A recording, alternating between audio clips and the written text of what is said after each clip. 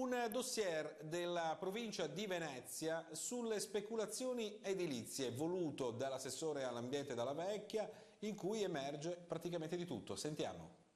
53 pagine che finiranno direttamente sul tavolo del pubblico ministero Federico Frezza, che si sta occupando del caso del sindaco di Caorle minacciato per una concessione edilizia.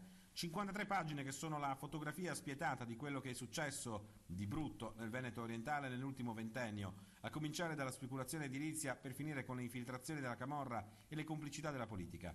La ricerca sul Veneto orientale, curata da Claudia Mantovan e Marco Baretta e finanziata dalla provincia di Venezia, dimostra l'impegno e il coraggio di Paolo Dalla Vecchia, l'assessore all'ambiente che non si è mai piegato allo strapotere di tante società che volevano saccheggiare il territorio.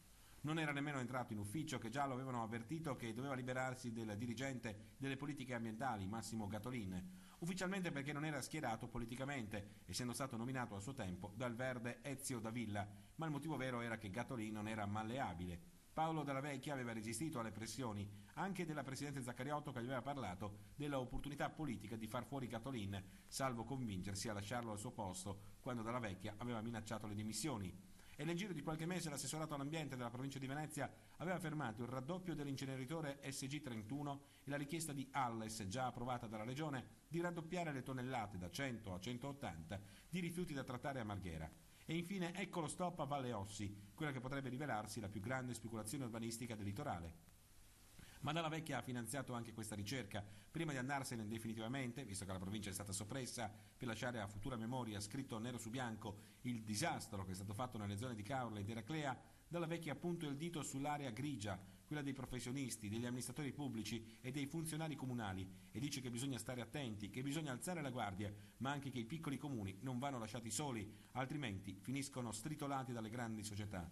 Perché la storia del sindaco di Caorle, Luciano Strioli, è assolutamente esemplare. Appena salta fuori la voce che il sindaco, d'accordo con due consiglieri di minoranza, Alessandro Bordin e Marco Favaro, ha deciso di bloccare la speculazione edilizia sul cosiddetto villaggio Terme, arriva la telefonata anonima di minacce, sulla quale per l'appunto indaga la procura di Trieste. Che poi tanto anonima non deve essere, almeno per il sindaco, visto che l'ha presa subito per buona ed ha immediatamente sbloccato il progetto che poche ore prima aveva stoppato. Non solo, in un sms a Borin il sindaco parlava chiaramente di minacce serie anche alla sua famiglia.